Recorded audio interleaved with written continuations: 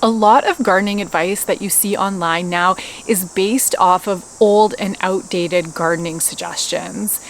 The world is changing and we've learned so much information since a lot of these gardening practices came into place. We've learned more about animals, insects, the environment is changing around us with urban sprawl and loss of habitat, and there's so many things that we've suggested to do in the past that you shouldn't be doing anymore.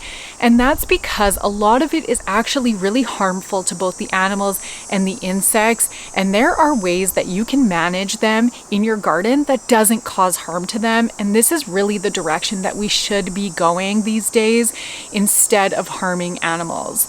We no longer live in a world where we think that animals are stupid or useless or that humans are superior to them, where we are actually all part of this ecosystem and we rely on these insects and these animals to create a space that provides us the food that we need in order to survive as the human species. And that's what I want to talk about in today's video. I want to give you 6 tips on how you can manage animals in your garden. And I know it can be absolutely irritating to find a half-eaten tomato sitting on your fence line, or a bite out of a zucchini, or even your entire bean plants have been chewed down to the stem. It feels like you are growing a garden just to feed the animals, and it can make you lose a little bit of your mind when you see it. However, there are definitely tricks that you can employ in your garden that are going to reduce this. And I'm going to show you exactly how, because I have a garden that is full of animals. I have these cedar trees behind me, which means that there is safe passage for any type of animal who wants to come through my yard. I even have cats that hide under here from neighbors, but skunks, we've seen raccoons. I have a groundhog that lives under my deck. Tons of bunnies. We're loaded up with all of the animals, and for the most part my garden stays untouched, and it's because of these tips. And spoiler, it's not going to include anything with hot sauces, because that just isn't the way we need to be going anymore when there are other options that are available that don't cause harm to animals. This should come as no surprise to you if you've been watching my channel for some time, because all of my choices in the garden make sure that I am considering the insects, the animals, and the environment around me, because we really rely on them in order to grow our gardens in a healthy way. But if you're new here, my name is Bree from Urban Gardening Canada, and I garden in Ottawa Zone 5. I have seen a lot of advice on the internet that always includes hot sauces or different things that are meant to irritate animals, and I just don't think this is acceptable any longer, and I just will never agree to finding ways to harming animals for a hobby urban backyard garden. It just isn't the right choice. We aren't gardening because we are farmers, and the majority of us aren't gardening because we are relying on our food 100%, and without it we can't eat. Most of us really are here as hobby gardeners, and so there are certain things that you can be doing that are better for the animals and insects around you, and that's what I'm going to take you through today. So before we get into the tips of all of the things that you can be doing with your garden and how to protect it from these animals, I do want to talk about all of the things that you should not be doing. That is common advice that you see, and that includes the hot pepper sauce. So the reason that I never will suggest the hot pepper sauce is 2 parts. 1, if it rains, it's going to wash it all off. And 2, if you are putting hot pepper sauce on or around your plants and an animal does end up touching it, they can get it in their mouth, in their eyes, and it is going to burn them the same way that if you touched or cut up a hot pepper and touched your own eye, your own nose, or your own mouth. Mammals feel capsaicin the same way that we do, and honestly, you are torturing these animals by doing it. They might smell it and they might stay away from it, or they might not. And then if you do that, and do you have water out? Do they know how to clean their eyes, their nose, or their mouth out? And if you don't have water out, where do they go to deal with this? Or do they just suffer for hours on end until the capsaicin leaves their eyes or any other part of their body? For me, our ornamental or hobby gardens just are never so important that I think it's okay to hurt an animal. I just don't agree with it. Animals don't understand borders, property lines, fence lines, your space versus my space. We've been encroaching on their land for a long time. They were here, living here, before we tore down the forest or filled up the bogs to build our houses on. So I just never think it's appropriate to be hurting an animal like that. And it's the same for peppermint oil, which is another really common one, and that's because, again, it does the same thing. If you've ever used any type of peppermint oil on your forehead or anywhere near your eyes, you can just feel the menthol burning your eyes, and it's so uncomfortable. And so it's the same thing as the capsaicin, that you are now making sure that these animals have their eyes, mouth, or nose burning, and it's just, again, not something that is required. And all of these tips that I'm going to give you here are going to do equal, if not a better job than the peppermint spray is. And this comes back to the same thing, that the peppermint sauces and pastes and sprays are all old and outdated gardening advice that we just don't need to be doing anymore, because there's better options out there. And my garden is a testament to that, because I have little to no animal damage that ever comes through my garden. So with that, let's go through these tips and let's all build a garden that is more inclusive of these animals and really takes the time to take care of them, so that way you can have a nicer garden and not have to feel like you're being a jerk and torturing any animals. So I'm going to start with my best tip first, and that is to add water to your yard. And you might think that these watering containers are just going to bring in animals and make you have even more of a mess in your garden, but that's actually not the case. So the biggest reason that you see your tomatoes getting eaten and half of one being left on a fence to not be finished is because animals like squirrels are actually really thirsty. They're eating your fruit purely to get that liquid out of it, and that is why they're doing that and leaving it behind. So you can skip over them coming for your food entirely by adding water out in your yard.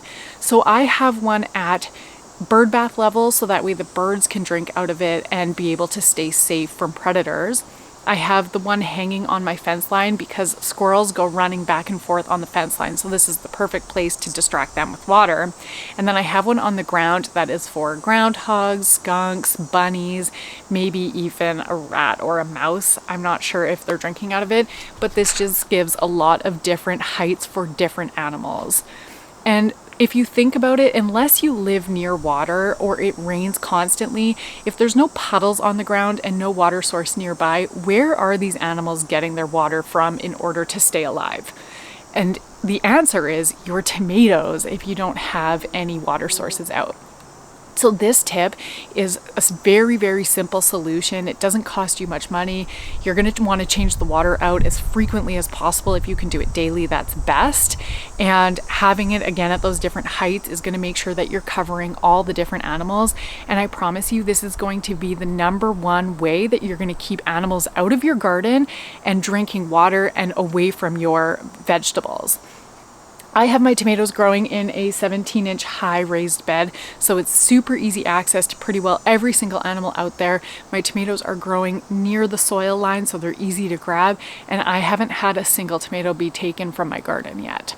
So I'm telling you, it's proven, it works, and it's such a simple solution for you. The one main tip when it comes to the water is that you want to use shallow bowls, or if you do only have buckets or something that's deeper, you honestly need to include a ramp for any type of animal or insect to get out of there, because you don't want to wake up one day to an animal that has drowned in any kind of water.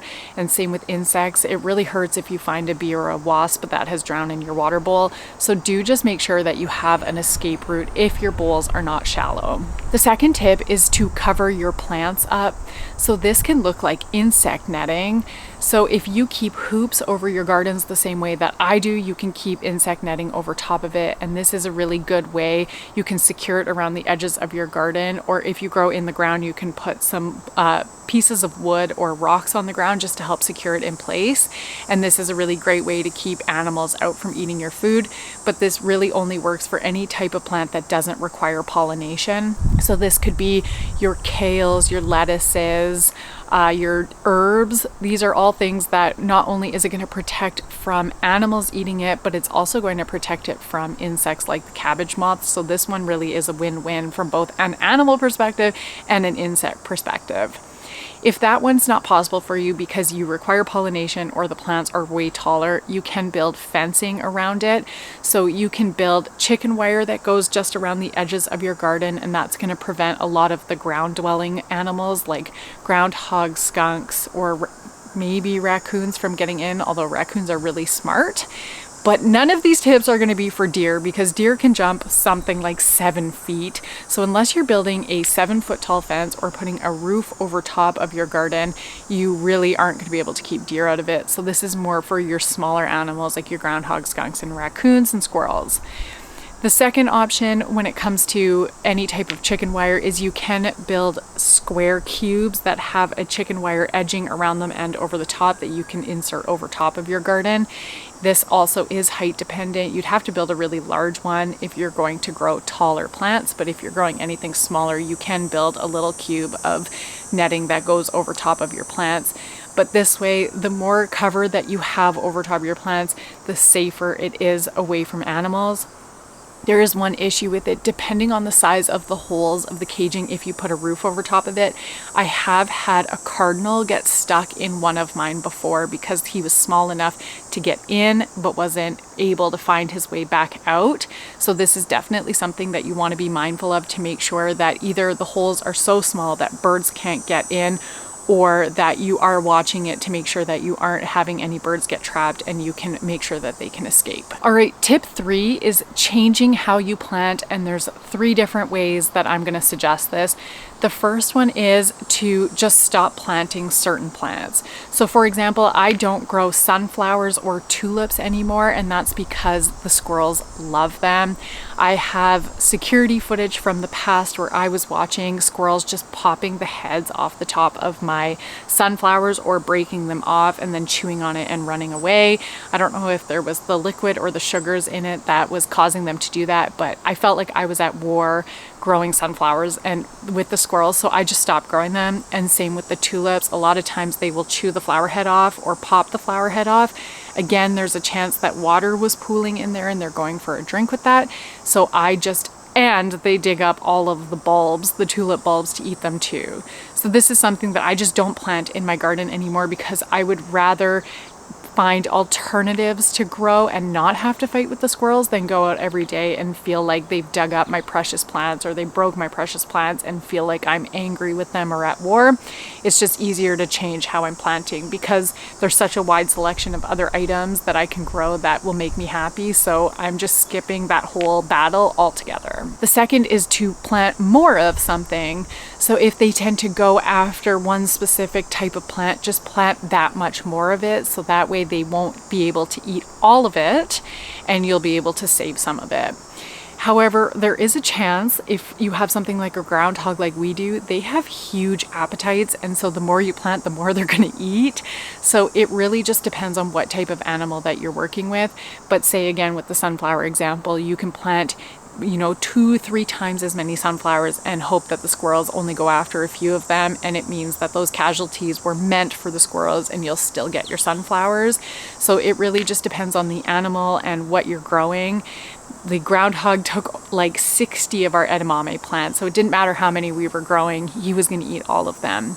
So this is something that is very much animal dependent and where you're planting it, but this is an option to just plant more of something in order to allow some of it to be eaten up as a sacrifice. And the last option is to plant a sacrificial plant as a way of changing your planting. So maybe you have a garden that you plant in a specific spot that you just know is going to get attacked by animals, and you let them focus over there. You plant something that's really tasty to them and you plant it as a distraction from the rest of your garden. So this way they are more focused on this one area and less focused on where you are growing your food. This is a really good option if you have a lot of animals or if you have the space to be able to do it.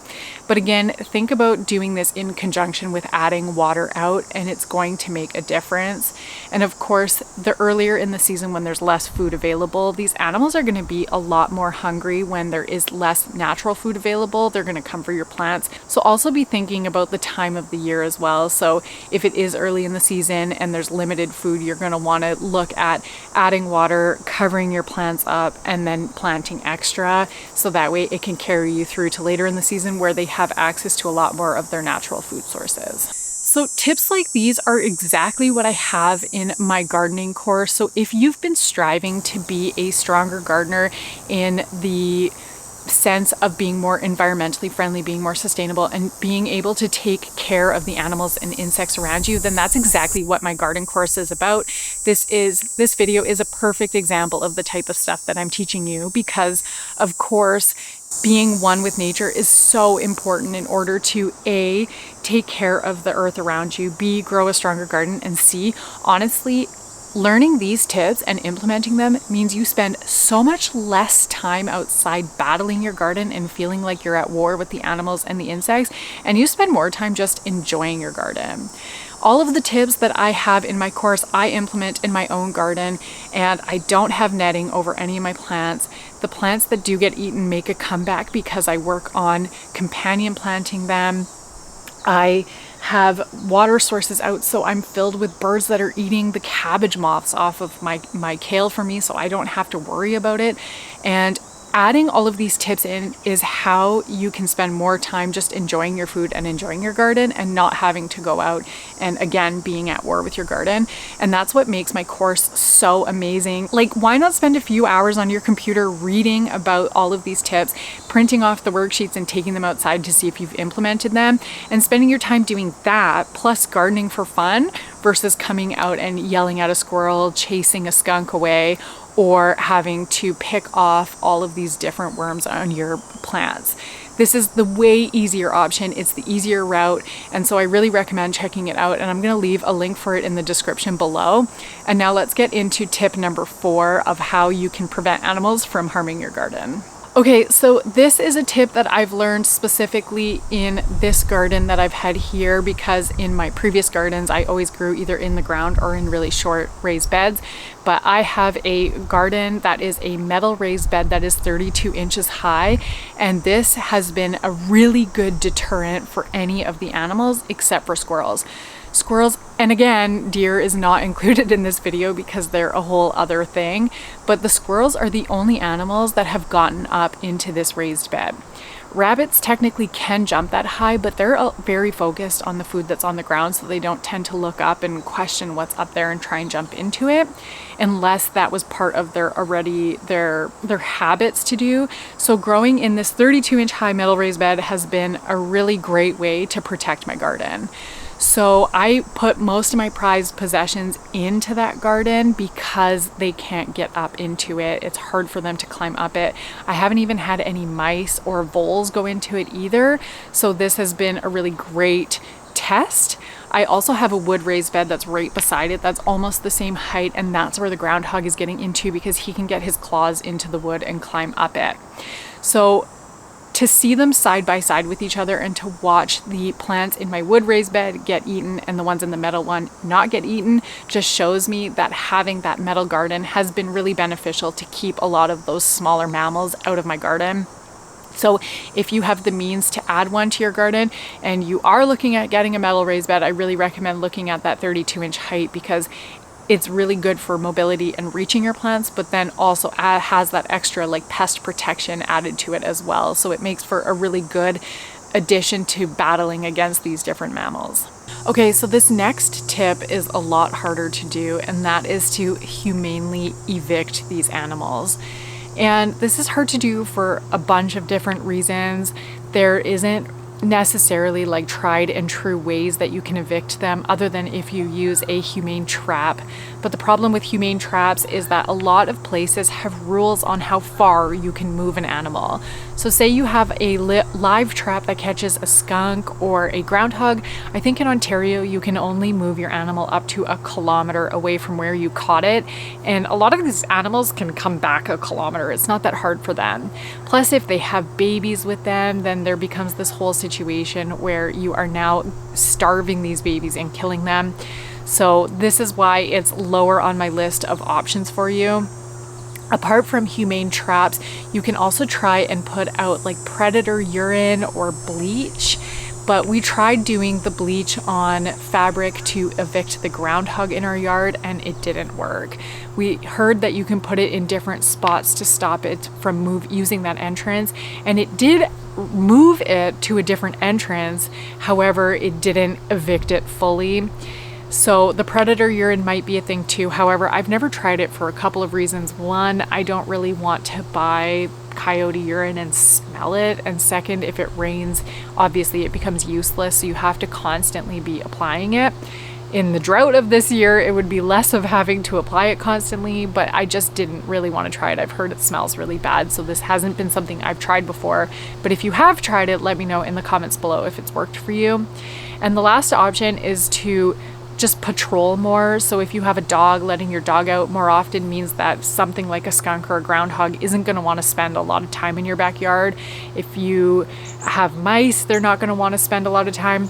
I never recommend allowing your cat outside because cats are one of the top reasons that songbird populations are collapsing, is because cats are catching them for fun because it's part of their genetics. So I never recommend allowing your cat to come outside. If you don't own a dog, then you personally can come outside regularly, sit in your backyard, talk, just check on your garden more frequently, which is never hard to do. And this might make them think twice about starting to build a house or a den in your backyard. If you're out here more, you can also try putting motion sensor lights or motion sensor sound outside, but that could be really irritating for your neighbors. So that isn't one that I really recommend doing. But all of these different ones might be a way for them to say, hey, this isn't exactly the safest place for me to live, so I'm gonna check out and go somewhere else. The last option is to stop caring. It's as easy as that. So if your zucchini gets a bite on the end of it and it doesn't turn black and rot, that means that it's safe for you to cut it off and eat it. Although do your work and double check that, and only make sure that you're eating something that you've checked is food safe through anything that you've researched online. I'm comfortable doing it. Make your own decision. I don't want you to do something because I said it and you get sick. But oftentimes if the food doesn't turn black and rot, then that means you're safe to cut it off and eat it. If a couple bean plants get eaten down, that just means I plant more bean plants, or I plant them in a different spot, or I plant them in a harder to find spot. Our edamame got eaten down, so we made sure to cover it with other plants so it can't be found. So what? A tomato gets lost. Unless you're growing your food to stay alive and you can't afford groceries, who cares if 1 or 2 tomatoes get eaten? Honestly, who cares? You're gardening for fun. Let it go. Just let it go. Learn the act of having more patience and being willing to share your food with other animals, and let it go. I had my groundhog that came through and ate all the edamame. He ate some other things. I still get my zucchini being eaten. I had a eggplant that got eaten just yesterday or the day before. I have so many other ones. It's fine. It's really not that big of a deal. And as soon as you start to let go, the less it feels like such a big deal. And for me, that is a big deal to not feel like a big deal. So I think if you just take it inward and think about why it's bothering you so much, and if it really matters, that's going to make a really big difference on how you choose to make decisions in your garden. And that is everything for today's video. If you did enjoy it, make sure to give it a thumbs up, subscribe to the channel, leave a comment below on what you've learned and what you plan on implementing in your garden, and make sure to check out this video here. Bye.